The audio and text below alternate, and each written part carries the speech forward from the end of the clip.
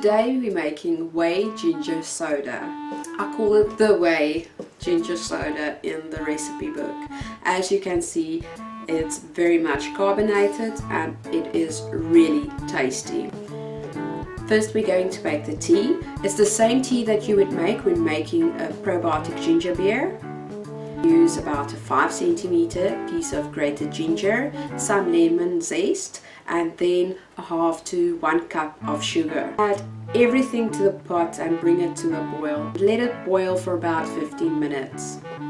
Switch off the heat and let it cool down completely. Now I'm going to harvest the whey that I got from the kefir cream cheese that I made here. Make your kefir cream cheese by pouring finished kefir into a bowl through a coffee filter and sieve. What you get at the bottom would be the whey, and on top in the coffee filter that would be your cream cheese. So it's very easy, you just leave it for a period of 12 to 24 hours. You can leave it in the fridge or you can put it on your counter, but just be careful of insects. You can use a quarter to a half a cup of whey to 1 liter of ginger tea or any other tea or even juice.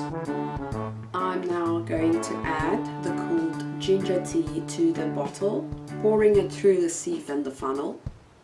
Remember to leave enough space for the whey and the raisins. Adding the whey. And there goes the raisins. Close your bottle tightly and give it a bit of a shake and let your kefir soda ferment for a period of 3 to 7 days. Put a label on your bottle, or you can even write with a Koki or permanent marker on your bottle to say what it is you're fermenting and what the date is when you bottled it. Enjoy it. This is very nice and the whole family enjoys ginger whey soda. Keep well.